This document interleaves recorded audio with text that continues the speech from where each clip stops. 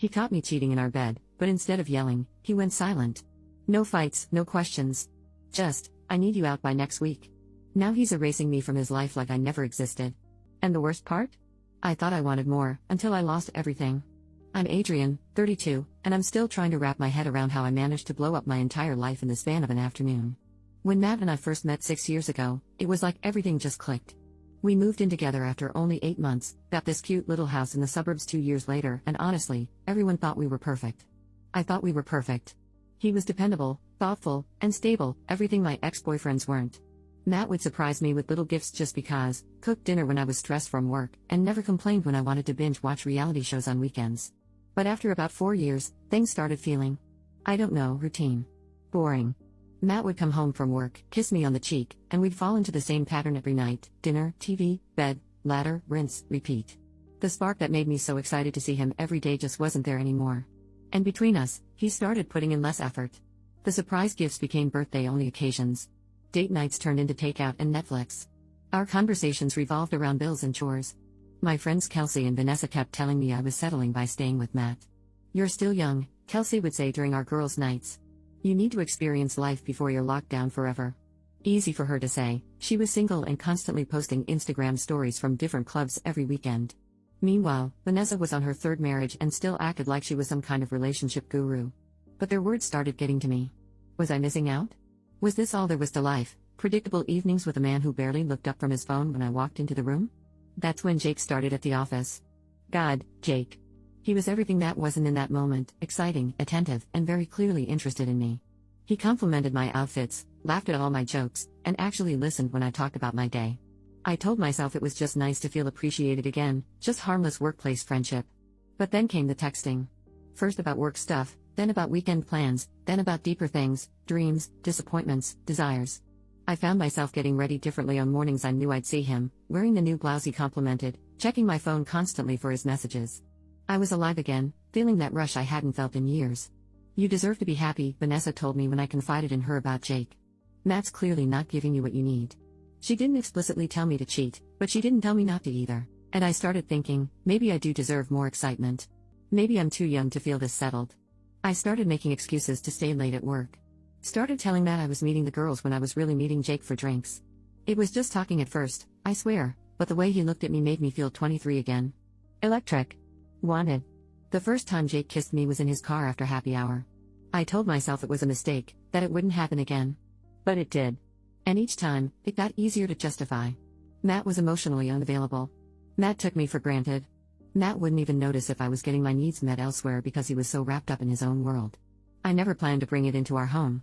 That was the one line I thought I wouldn't cross. But looking back, I was already crossing lines left and right. What was one more? And honestly, I think part of me wanted to get caught. Maybe then Matt would finally wake up and realize he needed to fight for me. Maybe then he'd see what he stood to lose. But that's not how it happened. Not even close. The day everything fell apart started like any other. Matt told me he'd be working late, some project deadline he needed to meet. It was the perfect opportunity to invite Jake over. The ultimate thrill. The ultimate validation that I was desirable, exciting, worth breaking rules for. I texted Jake suggesting he come to my place instead of meeting at our usual spot. He agreed immediately.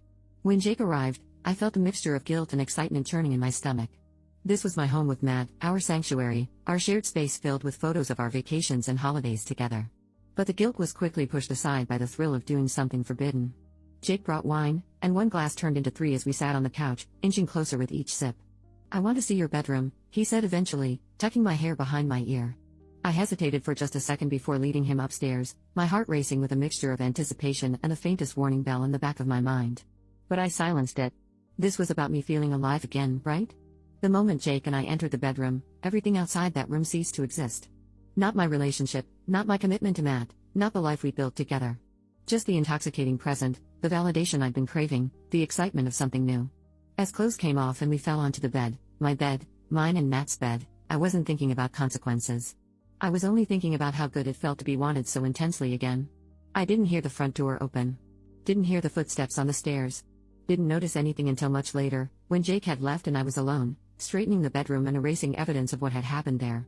When Matt came home, actually came home, not just a phantom arrival I had somehow convinced myself I'd imagined, he was different. Quiet. Distant. He barely looked at me when I greeted him with a kiss on the cheek, acting as if everything was normal. "How was work?"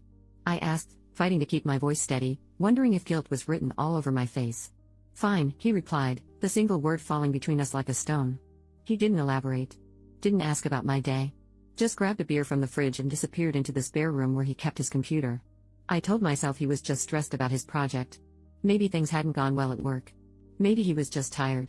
But as the evening progressed, his coldness only intensified. He didn't join me for dinner, saying he wasn't hungry. He didn't sit next to me on the couch for our usual TV time. When I finally went to bed, he said he'd be sleeping in the guest room because he didn't want to disturb me with his tossing and turning. The next morning was worse. Matt was up and dressed before I even woke up, which never happened. I was always the early riser. When I found him in the kitchen, the words he spoke turned my blood to ice. "I want to break up," he said flatly, not looking up from his coffee. "What? Why? What are you talking about?" I stammered, genuinely confused by the sudden declaration. Had he somehow found out? No, that was impossible. He was at work when Jake was here. He couldn't know. "I just do. I need you to move out by next week. I'll stay with a friend until then." No explanation. No anger. No emotion at all, really. Just this cold, detached decision that made no sense to me. I started crying, begging him to talk to me, to tell me what was wrong, what I had done. But he wouldn't engage. It was like arguing with a wall. "You can't just end things without telling me why," I shouted as he walked away, grabbing his keys and wallet. "I don't owe you an explanation," he said, and then he was gone, leaving me standing in our kitchen completely baffled by what had just happened. I called in sick that day, too upset to face Jake or anyone else. I called Matt repeatedly, but he wouldn't answer. I texted him paragraphs, alternating between anger and pleading, but received nothing in return. It was like he had simply decided I didn't exist anymore. By evening, panic had set in. I called Kelsey and Vanessa, sobbing as I told them that Matt wanted to break up out of nowhere. They were as confused as I was, or at least that's what they claimed. "Did you guys have a fight?" Kelsey asked. "No. Everything was normal." "Well, maybe things have been a little distant lately, but nothing breakup worthy." I conveniently left out the part about Jake. About bringing him into our home. Into our bed. That was my secret. And as far as I knew, Matt had no idea. This had to be about something else. "Men are so dramatic," Vanessa said. "He'll probably cool off and come back. But if not, maybe it's a sign. Maybe you're meant for bigger things than being stuck with the same boring guy forever." Her words should have comforted me, but they didn't. Despite everything, despite Jake, despite my dissatisfaction, despite my betrayal, the thought of actually losing Matt made me feel hollow inside. What had I done? That night, alone in our bed, I cried myself to sleep. The bed where, just hours earlier, I had been with another man now felt enormous and empty without Matt. I told myself this was just a misunderstanding, a rough patch. He would come home, we would talk, and everything would go back to normal. I just needed to figure out what had triggered this sudden change. I had no idea that Matt already knew everything. And I had no idea how completely my life was about to unravel. When Matt didn't come home the next day or the day after that, I started to panic. I tried calling his friends, but none of them would give me a straight answer about where he was staying. They all seemed uncomfortable talking to me, which only confused me more.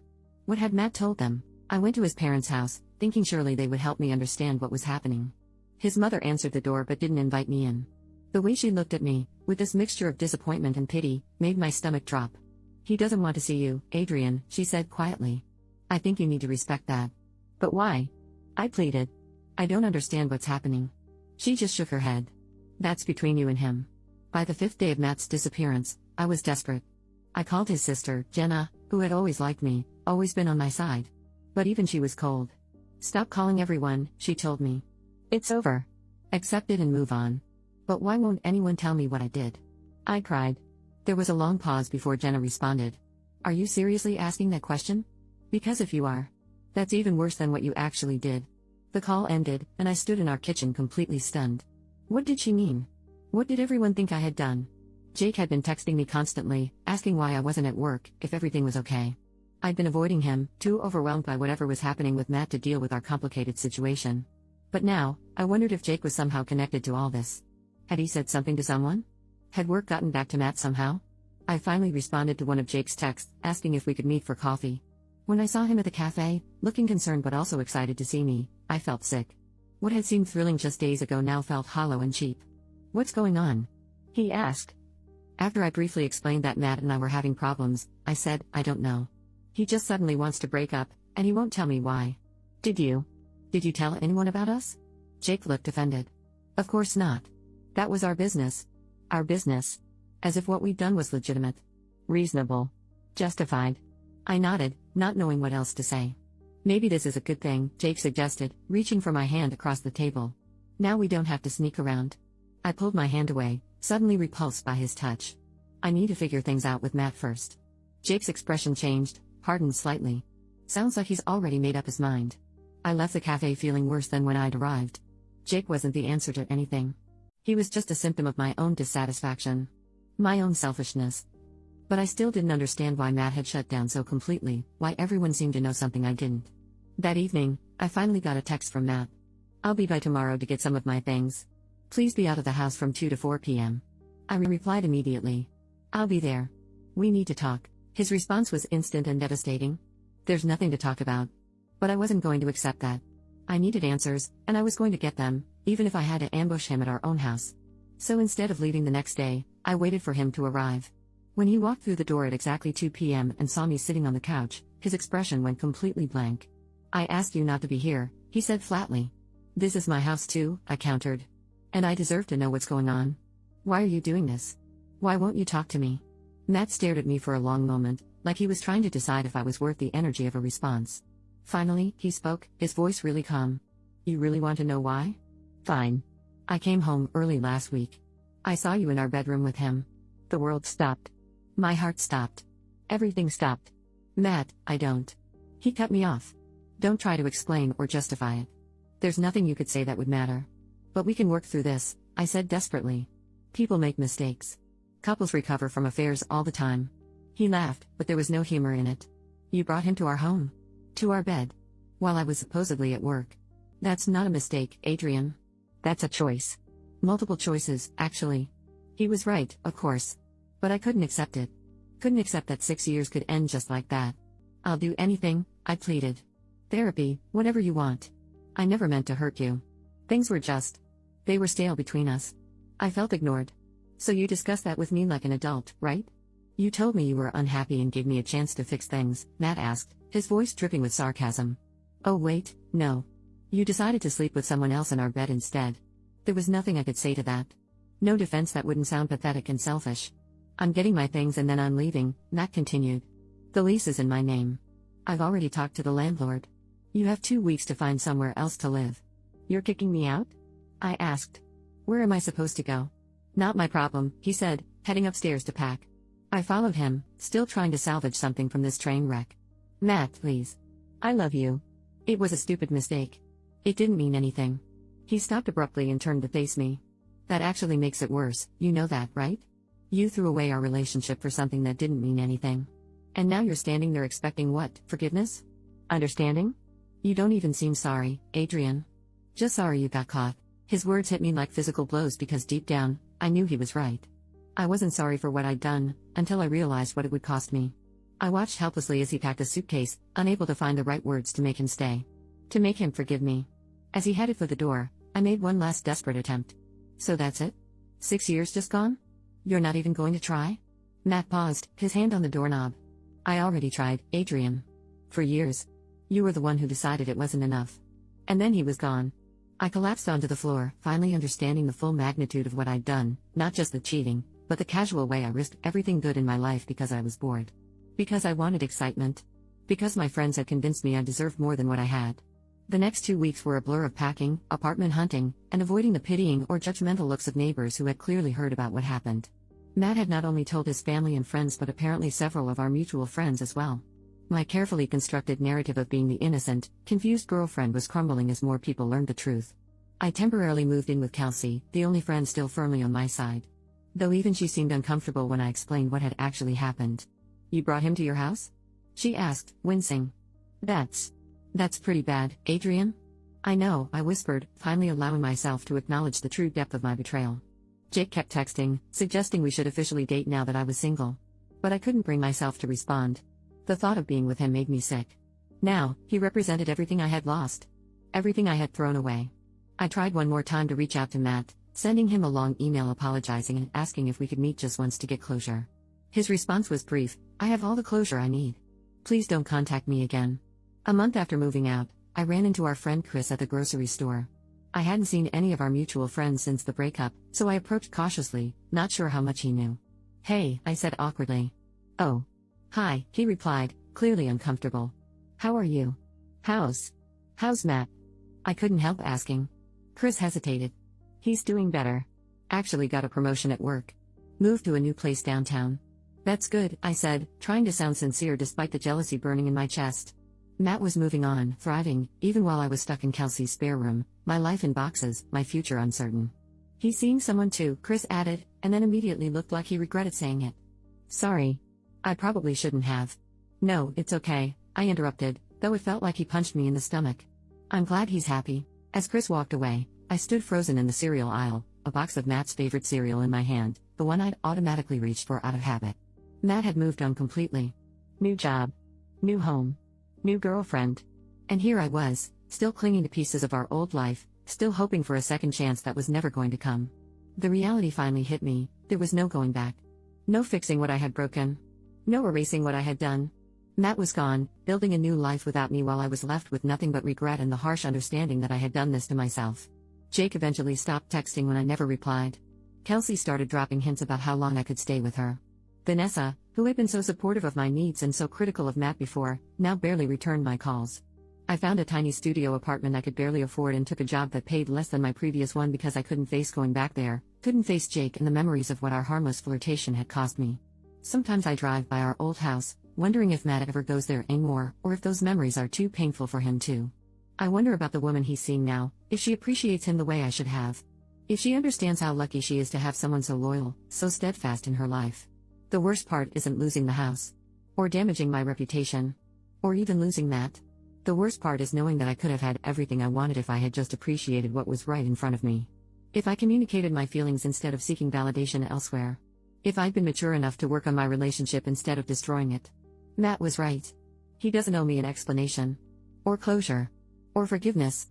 I'm the one who made the choice. Who prioritized momentary excitement over lasting love. Who believed I deserved more, without putting in the work to create it within my relationship. Now, 6 months later, I'm alone in my small apartment, scrolling through social media and seeing pictures of Matt with his new girlfriend at a mutual friend's wedding I wasn't invited to. They look happy.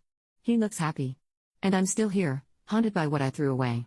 Trying to convince myself that someday this hollow feeling in my chest will go away. That someday I'll stop waking up, reaching for someone who isn't there, and never will be again.